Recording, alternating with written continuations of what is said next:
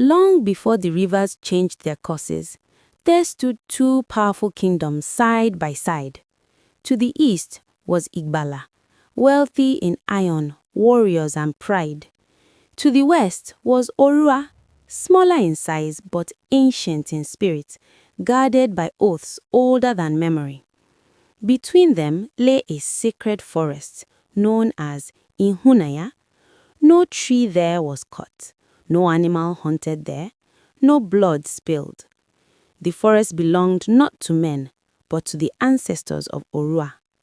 For generations, Igbala respected the boundary, until the year arrogance replaced wisdom.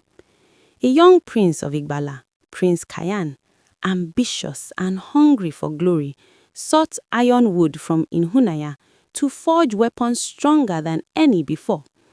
His advisors warned him. "The forest is forbidden," they said. "The gods of Orua will not forgive." Kayan laughed. "Gods that cannot stop my men are no gods at all." At dawn, Igbala warriors entered Ihunaya. They cut down the sacred Iroko tree at its heart. They shattered the ancestral shrine beneath it, and in drunken mockery, one warrior urinated on the sacred stones. Not long after, the forest screamed. In Orua, elders awoke, coughing blood. Children screamed at shadows no one else could see. The river ran black for 3 days. The high priest of Orua, Dibia Oro, fell into trance and spoke with a voice not his own. "Blood has touched what was never meant for men. The balance is broken. War will come." Messengers were sent to Igbala demanding restitution. Prince Kayan returned their words with an insult. "Tell your gods to fight their own battles."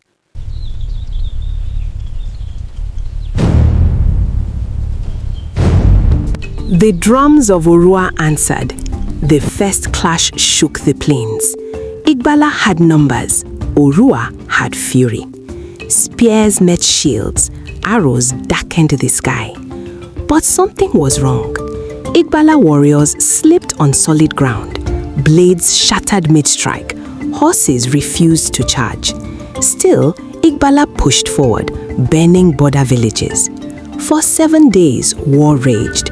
By the 8th, both kingdoms were bleeding, and the ancestors demanded an end. Under the ancient laws known to both kingdoms, when war threatened to destroy the innocent, a duel could decide fate. One warrior, one life, one victory. The elders of Orua invoked the law. Reluctantly, Igbava agreed. The battlefield was chosen at the edge of Ihunanya, where the sacrilege began. Igbala chose General Zorak. He was 40 years old, broad-shouldered, scarred from decades of war. He had never lost a duel. His sword was said to drink blood and grow sharper.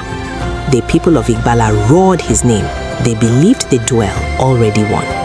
Orua chose Akano. He was 32, tall, lean, quiet. He was not known for rage, but for discipline. Akano was the shrine guardian's son, the last bloodline sworn to protect Ihunanya. He carried a simple spear named Okute, its iron blessed, not forged. Before the duel, Dibia Oro marked Akano's chest with white clay and whispered, "You fight not for land, but for balance." At sunrise, the warriors faced each other. No drums, no cheers, only wind through broken trees. Zorak charged first, swinging his sword with terrifying speed. Akano dodged. Steel met Aimon. Sparks flew. Zorak laughed. "You fight like a priest, not a warrior." He struck again, cutting Akano's shoulder. Blood fell to the ground. The earth drank it. As Akano's blood touched the soil of Ihunanya, the wind shifted. Trees groaned. Zorak struck harder, furious now, forcing Akano backward. Then Zorak stepped on the shattered shrine stone, the same stone his men had defiled.